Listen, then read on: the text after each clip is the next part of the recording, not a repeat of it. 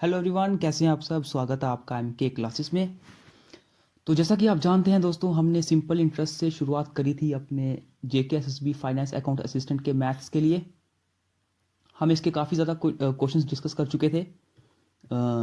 जैसा कि आप जानते हैं, हम थर्ड क्वेश्चन तक कंप्लीट कर चुके थे। उससे पहले हमने जो भी कंसेप्ट थे वो सीख लिए थे। आज दोस्तों क्वेश्चन नंबर फोर्थ है। तो ये रहा क्वेश्चन नंबर फोर्थ आपके सामने। क्वेश्चन पढ़िए।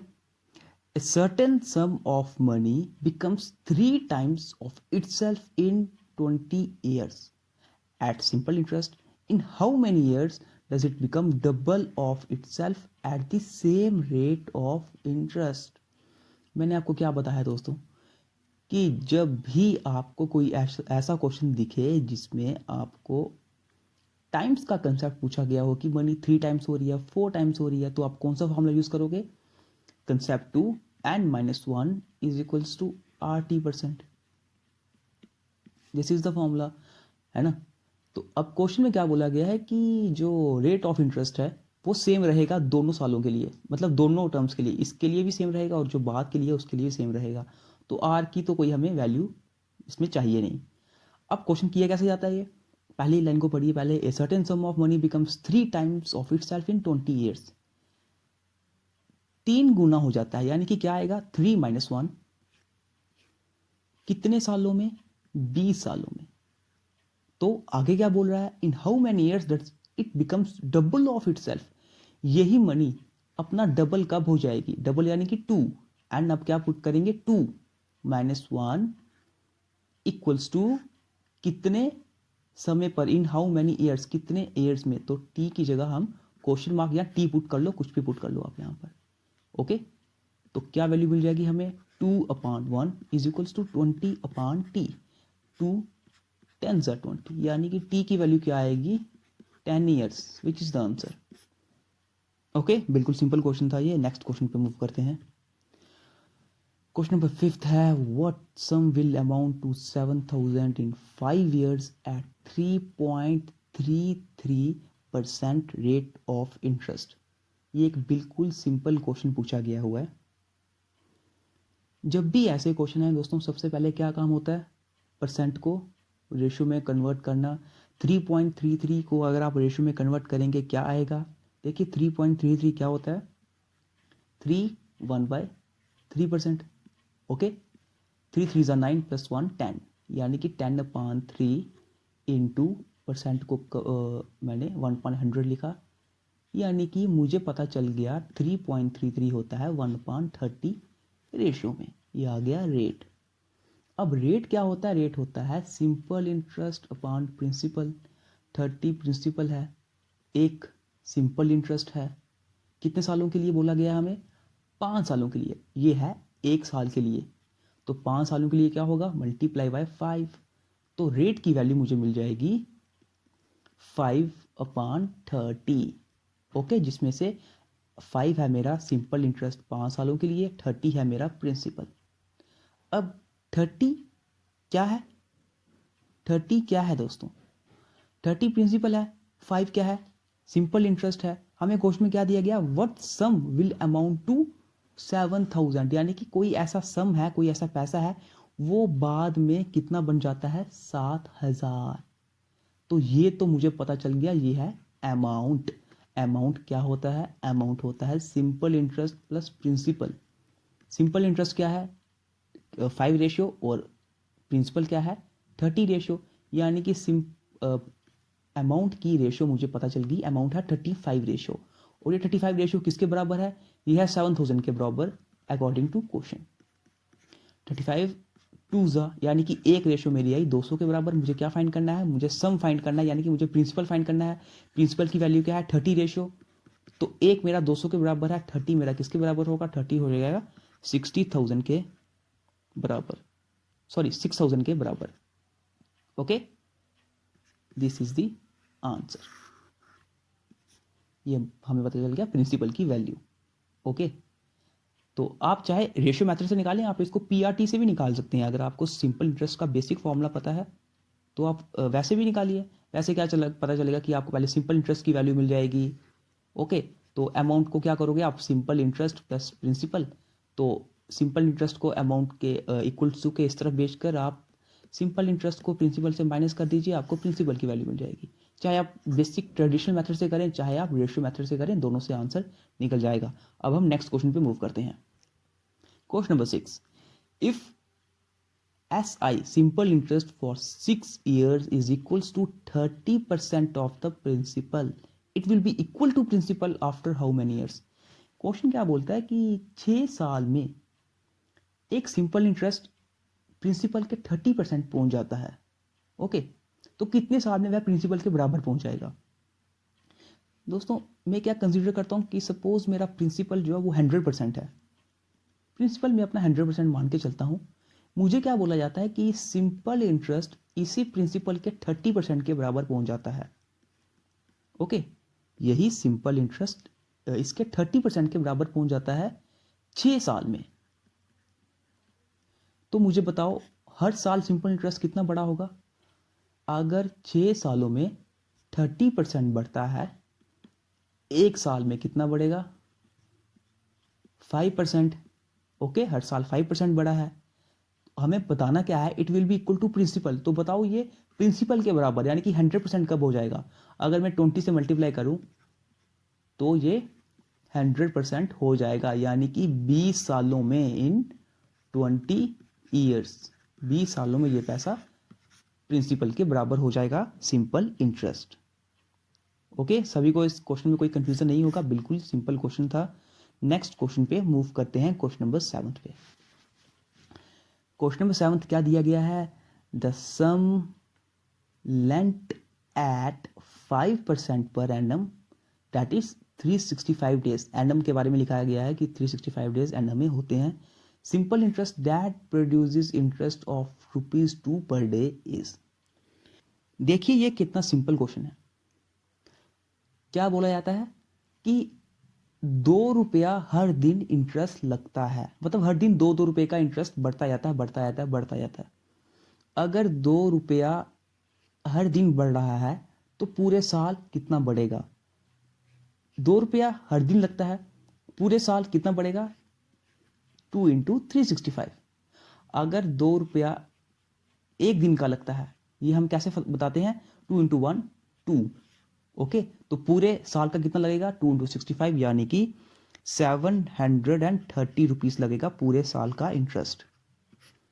ओके, कोई इसमें कंफ्यूजन नहीं होनी चाहिए कि अगर ₹2 एक दिन का लगता है तो पूरे साल का कितना लगेगा।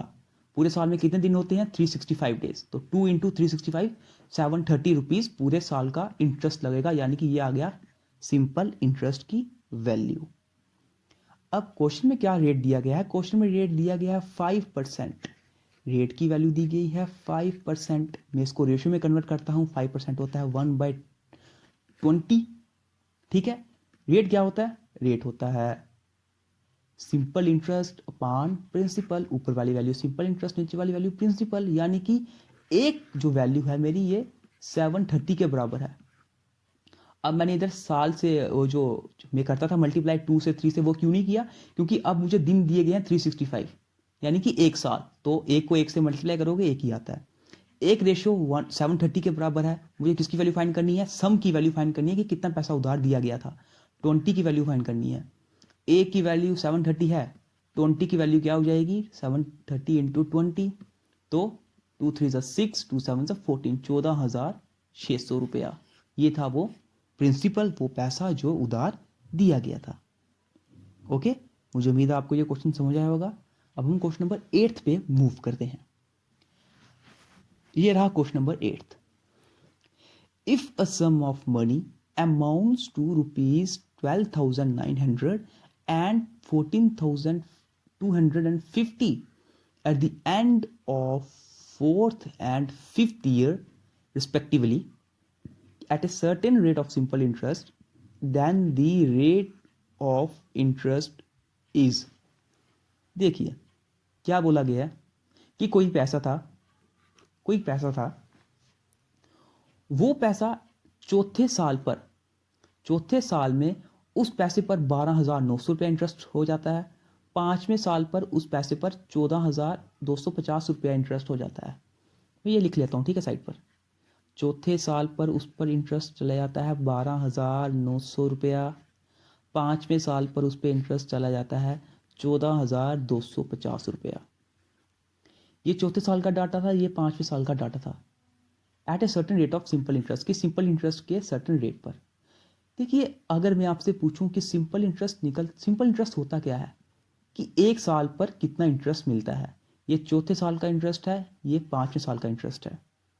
क्या मैं आपसे ये नहीं कह सकता हूं जो इसके बीच का डिफरेंस होगा, जो इनके बीच का डिफरेंस होगा दोस्तों, वो ही तो मेरा एक साल का इंटरेस्ट होगा। क्या जो इन दोनों के बीच का डिफरेंस होगा वो मेरे एक साल का इंटरेस्ट नहीं होगा? वही तो मेरे एक साल का इंटरेस्ट होगा। यानी कि जो मुझे एक साल का सिंपल इंटरेस्ट बताना है वो क्या होगा, 14,250 को मैं 12,900 से माइनस कर दूंगा। ये मुझे बता देगा क्या, सिंपल इंटरेस्ट फॉर 1 ईयर। तो यहां से मेरी क्या वैल्यू आ जाएगी, 3, 1, 12, 1,350 रुपया। ये है सिंपल इंटरेस्ट एक साल पर। यानी कि हर साल उसको 1,350 रुपया इंटरेस्ट मिलता जा रहा था। तभी चौथे साल वो पैसा 12,900 हो गया और पांचवें साल वो पैसा 14,250 हो गया। ओके, अब हमें क्वेश्चन में क्या पूछा गया, क्वेश्चन में पूछा गया हमसे रेट। रेट कैसे निकाला जाता है? रेट के लिए फॉर्मूला मैंने आपको बताया है, रेट होता है simple interest upon principal into 100। Okay, देखो सिंपल इंटरेस्ट तो मुझे मिल गया, अब मुझे प्रिंसिपल फाइंड करना है। मैंने आपको बताया कि 13,500 रुपया सिंपल इंटरेस्ट था। 1,350 रुपया सिंपल इंटरेस्ट था। कौन से साल पर? चौथे साल पर। कौन से साल पर था ये?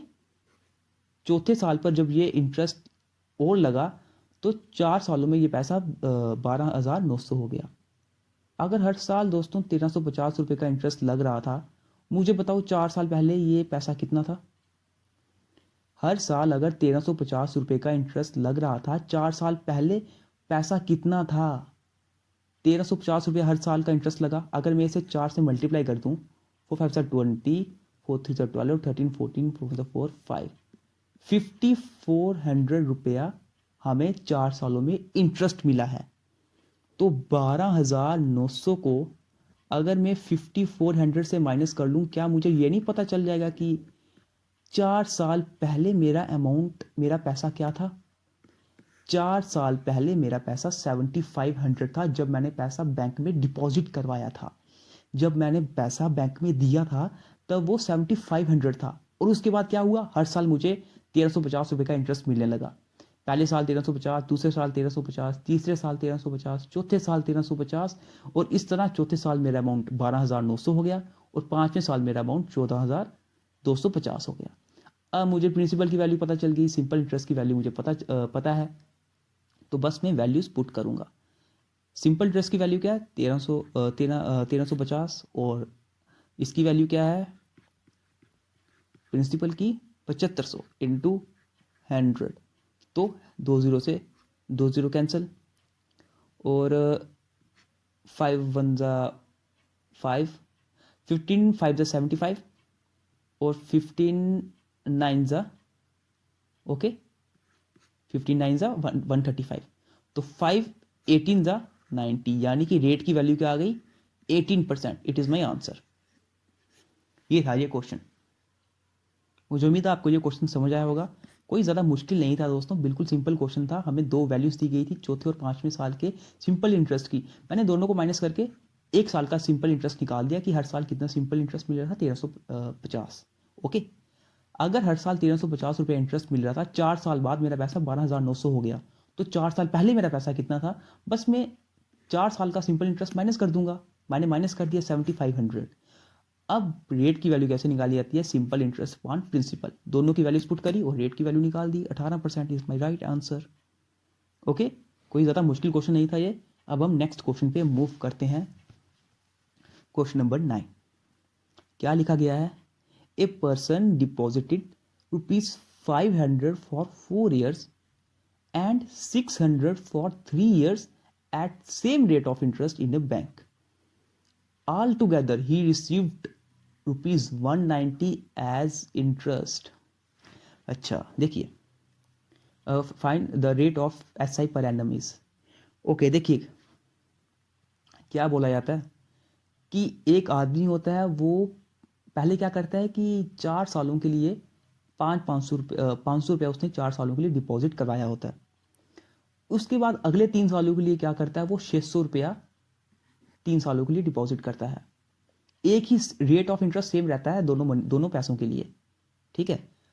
पूरा टोटल उसको जो सिंपल इंटरेस्ट मिलता है, टोटल उसको इंटरेस्ट मिलता है पूरा, वो कितना होता है, ₹190। यानी कि जो ये अलग 4 सालों के लिए एक पैसा जमा करवाता है ना, 500 रुपया, उसका इंटरेस्ट, और 3 सालों के लिए जो ये 600 रुपया जमा करवाता है, इन दोनों का इंटरेस्ट, ये टोटल इंटरेस्ट इसको 190 का मिलता है।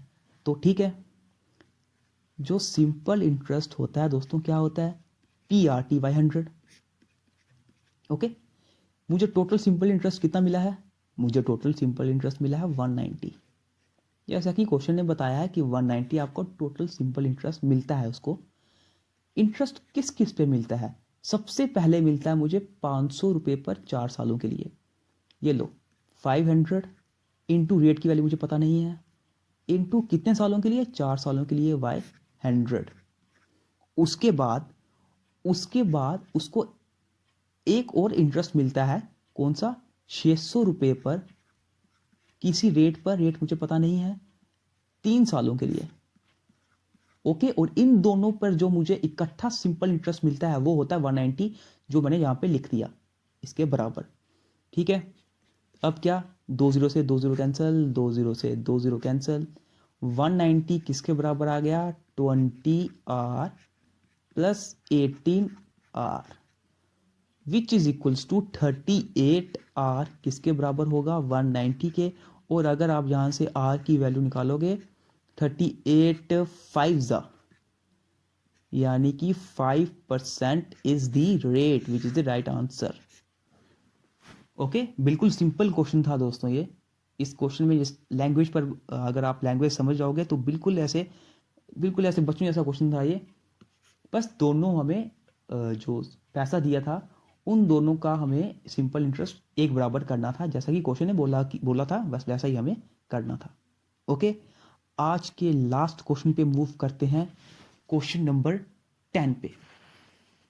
क्वेश्चन नंबर 10 क्या लिखा गया है दोस्तों, Rakesh borrowed some money at the rate of 6% per annum for the first 3 years। पहले 3 सालों के लिए कोई पैसा, राकेश क्या करता है, राकेश कोई पैसा उधार लेता है।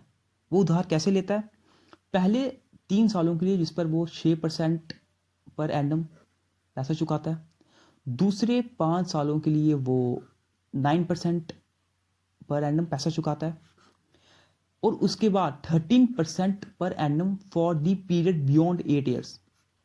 अब जब उसके 8 साल हो जाते हैं, ये 5 और 3, 8 सालों के बाद वो 13% के इंटरेस्ट पर पैसा चुका रहा होता है। If the total interest paid by him, अगर जो उसने पूरा इंटरेस्ट पे किया है at the end of 11 years, पूरे 11 सालों के लिए, is ₹8160, the money borrowed by him, यानी कि उसने कितना पैसा लिया था, प्रिंसिपल मुझे बताना है। ध्यान से समझना दोस्तों इस क्वेश्चन को, है ये क्वेश्चन बहुत इजी। मुझे बताओ कि the total interest paid by him, उसने पूरा टोटल इंटरेस्ट कितना पे किया, यानी कि सिंपल इंटरेस्ट की मेरी टोटल वैल्यू क्या थी, 8160। मैं पहले आपको फॉर्मूला साइड पे लिखा देता हूँ, फॉर्मूला सभी को पता ही होगा, PRT/100। ओके, टोटल इंटरेस्ट जो उसने पे किया था, सिंपल इंटरेस्ट, वो था 8160। ठीक है, ये इसने टोटल इंटरेस्ट पे किया। इंटरेस्ट इसने कैसे पे किया, सबसे पहले उसने किस रेट पे किया, 6% की रेट पर 3 सालों के लिए। ओके, प्रिंसिपल की वैल्यू मुझे पता नहीं है। सबसे पहले वो क्या करता है, 6% की रेट पर 3 सालों के लिए पैसा जो है वो देता है। ओके, उसके बाद 9% per annum for next 5 years, अगले 5 सालों के लिए वो 9% के रेट पर 5 सालों के लिए पैसा देता है। ओके, ये भी समझ आ गया। एंड 13% पर एनम, अब क्या 13% per annum for the period beyond 8 years. 8 साल तो हो गए, 3 साल के लिए पैसा दे दिया, अगले 5 साल और पैसा दे दिया, 8 साल हो गए। 8 साल के बाद वो 13% के इंटरेस्ट पर पैसा देता है। तो 8 साल के बाद कितने ईयर्स के लिए, वो आगे वाली लाइन में लिखा गया है। If the total interest paid by him at the end of 11 years, यानी कि पूरे 11 सालों तक वो इंटरेस्ट पे करता रहता है। 8 सालों का पे कर दिया, कितने साल का बचा है, 3 ईयर्स का बचा हुआ है, और वो 3 ईयर्स का ये 13% पर पे करता है। ये हो गया पूरा क्वेश्चन जैसा कि क्वेश्चन ने मेंशन किया है। हमें क्या फाइंड करना है, हमें प्रिंसिपल फाइंड करना है। बस वैल्यू सॉल्व करो। 8160, नीचे 100 कॉमन है। ओके, तो मैं 100 को इधर लिख लेता हूं। 18p plus 45p plus 39p, यहां पर वैल्यू मिल गई मुझे 816000 इक्वल्स टू 13 13 और 9 22, 4 7 8 9 10, 102p, 102p इक्वल्स टू 816। तो अगर आप 102 को 8 से मल्टीप्लाई करो तो आपको प्रिंसिपल की वैल्यू मिल जाएगी कितनी, 8000 rupees, which is the right answer. ये है मेरा आंसर, ये है वो पैसा जो राकेश ने उधार लिया था। 8000 रुपया उसने उधार लिया था। ओके, तो दोस्तों ये थे सिंपल इंटरेस्ट के क्वेश्चंस जो 10 प्रैक्टिस क्वेश्चंस में आपके लिए लेकर आया था।